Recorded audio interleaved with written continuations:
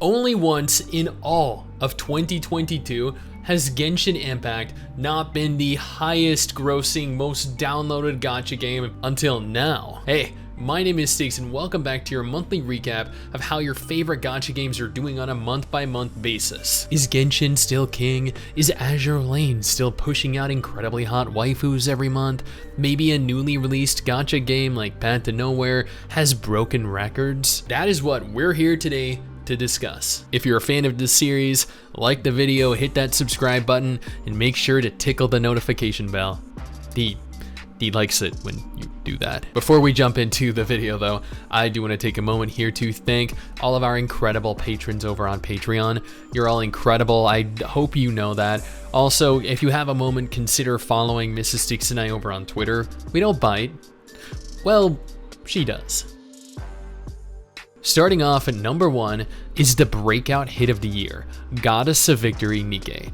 NIKKE has been eagerly anticipated all year and has proven that a focus on certain physical attributes really can entice players to not only play your game, but also spend money in it, bringing in 4 million downloads and $70 million globally, excluding China, across both Android and iOS devices. Number 2 is of course Genshin Impact. We need to be crazy to expect otherwise.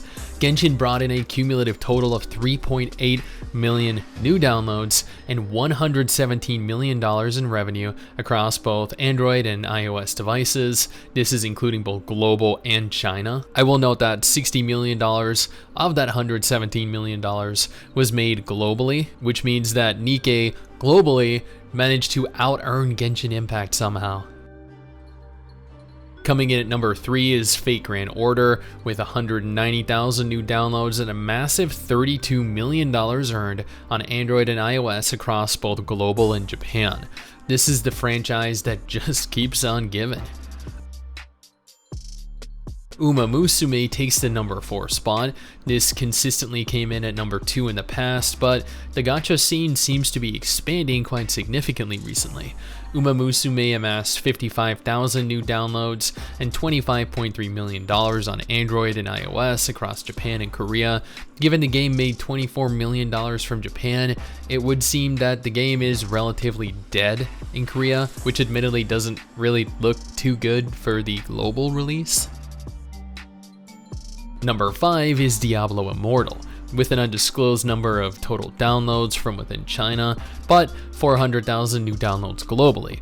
It's interesting, China won't disclose those numbers, but they will the earnings, which come in at $18 million total on Android and iOS combined. Raid Shadow Legends is our number 6, with 600,000 new downloads and $17 million made across Android and iOS devices. I'm genuinely surprised how much this game makes per month. It's actually unreal. Surprising everyone, at number 7 is Memento Mori, a brand new gacha which amassed 500,000 new downloads in its first month of release and managed $16 million across Android and iOS devices globally. Sure, that's no NIKKE, but for the kind of game that it ultimately is, that is a very impressive number. Then at number 8 we have Summoner's War, amassing 90,000 new downloads, yet somehow bringing in $11 million in total earnings across Android and iOS. I'm not sure how that's possible. Their players really love to burn cash, I guess. I don't know.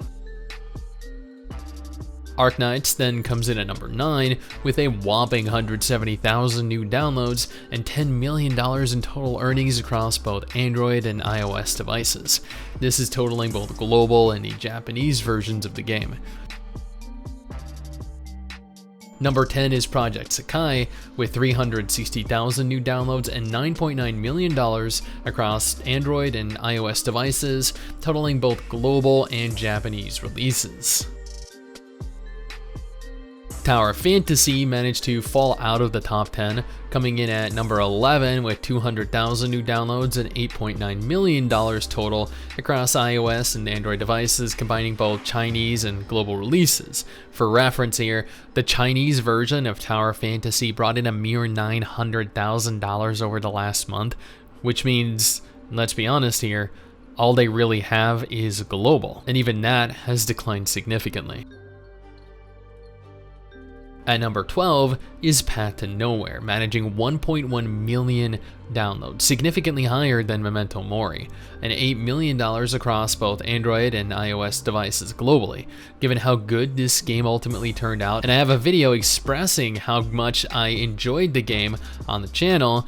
I'm surprised that it really only made half of what Memento Mori made, yet at the same time more than doubled its total downloads. Romancing SaGa Universe comes in at number 13. This is honestly a game I had no idea made remotely close to as much as it does until today, with tens of thousands, it's unconfirmed specifically how many, of new downloads and $7 million across Android and iOS devices, combining both global and Japan. Coming in at number 14 is Heaven Burns Red. This is a Japanese exclusive, amassing 18,000 new downloads, yet $6 million across Android and iOS devices. It's unconfirmed when or if we'll ever really get this game, but it does seem to be popular in Japan. Finally, at number 15, we have Blue Archive, managing a massive 200,000 new downloads and $6.5 million in total revenue via Android and iOS devices.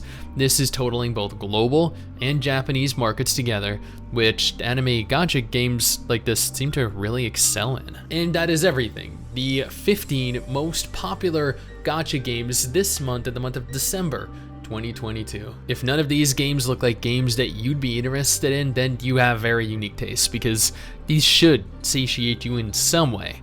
Regardless, I do have 2 videos on screen right now that might interest you. One featuring an incredible looking new gacha releasing next year, the other a list of every gacha launching this month in December 2022.